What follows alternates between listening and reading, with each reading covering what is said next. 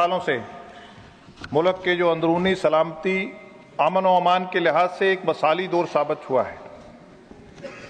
मैं अभी सुन रहा था कि हमारे कांग्रेस के सीनियर मेंबर ने कहा कि अगर एलोकेशन जम्मू कश्मीर के लिए बढ़ाया, इसका मतलब हालात जो हैं वहां खराब हैं। मुझे समझ नहीं आती कि आज मॉडर्न जमाना है, सिक्योरिटी फोर्सेस को टेक्निक से नवाजना है, साइबर क्राइम को करब करना है, तो एलोकेशन को हालात खराब से क्यों जोड़ते हैं, मुझे समझ नहीं आता है। यही जानेंगे। मैं नरेंद्र मोदी गवर्नमेंट को ए ह्यूज जंप जो एलोकेशन में हुआ है उस पर यह दर्शाता है कि हमारी जो लॉ एनफोर्समेंट में और टेररिज्म को कम्बैट करने में और एक्सट्रीम जो लेफ्ट एक्सट्रीम विंग है उसको करब करने में नरेंद्र मोदी जी की जो कमिटमेंट है वो दर्शाती है। अभी हमारे एक दोस्त बोल रहे थे कि देश में जो है वो माइनॉरिटीज को बहुत खतरा है, बहुत दंगे हो रहे हैं, बहुत क्रिमिनल फ्लेयर हो रहा है। Chairman sir, history doesn't lie. The most devastating criminal rights in independent India history did not take place under this government watch. They occurred under the Congress-led regimes, where rights were either ignored, encouraged, or weaponized for electoral advantage. In 1984, anti-Sikh rights, where thousands were butchered in the streets of Delhi, were not a spontaneous reaction, but a state-sponsored pogrom. Who was in the power? The Congress. Who led the mobs? Congress leaders. And who justifies the killing? The then Prime Minister himself. With the chilling words, when a big tree falls, the earth shakes.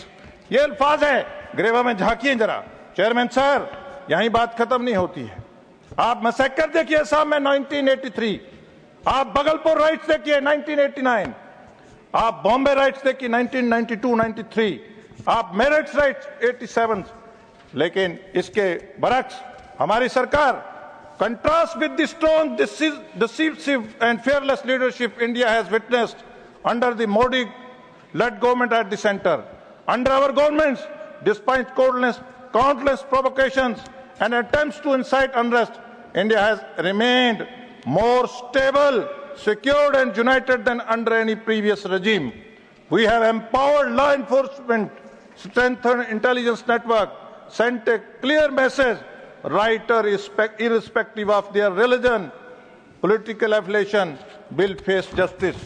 Sir, मैं जम्मू कश्मीर से आता हूं और जम्मू कश्मीर की बात नहीं करूंगा तो नाइंसाफी हो जाएगी। जम्मू कश्मीर हमेशा एक एहसास मुद्दा, एक पॉलिटिकल माइलेज के लिए बनाया गया है। और मैं चेयरमैन सर कुछ चीजें आप सदन के ध्यान में आपके माध्यम से लाना चाहूंगा और देश को बताना चाहूंगा। शेख अब्दुल्ला साहब को बाहर लॉन्च किया गया, कश्मीर के लोग उससे नाराज थे, डोगरा नाराज था, वहां के इतने ग्रुप्स गुज्जर और पहाड़ी जो थे वो नाराज थे, लद्दाख के लोग नाराज थे। यहां वो रीजन्स में डिस्क्रिमिनेशन करते थे, कभी जम्मू को कश्मीर के साथ, कभी कश्मीर को जम्मू के साथ। देश के वजीर आजम ने और देश के वजीर दाखिला ने एक स्ट्रोक से इन सब डिस्क्रिमिनेशन को खत्म किया और 370 को उखाड़ के फेंक दिया और लद्दाख को यूटी बनाया। चेयरमैन सर, यहां गुज्जर और पहाड़ी को, यहां कई इतने ग्रुप्स को जो नॉन कश्मीरी स्पीकिंग मुसलमान था, ये मुसलमानों के बड़े मसीहा बनते हैं। इन्होंने जानबूझ के पीओजे के जो आज पाकिस्तान के नाजायज कब्जे में है, इंटेंशनली दिया ताकि इनका जो सुल्तान शेख अब्दुल्ला जो था उसकी नस्ल दर नस्ल हमेशा सल्तनत रहे। सर, ओबीसी जम्मू कश्मीर में इनको 70 साल ओबीसी दिखा नहीं। भारतीय जनता पार्टी नरेंद्र मोदी जी की रहनुमाई में 8% रिजर्वेशन दिया। वुमेन महिलाएं, इस्लाम ने 1400 साल पहले औरत को हक दिया। मुस्लिम मेजॉरिटी इलाका जम्मू कश्मीर, औरत अगर हिमाचल में दिल्ली में शादी करती उसको अपनी प्रॉपर्टी पे राइट नहीं था। नरेंद्र मोदी जी ने एक कलम से उसको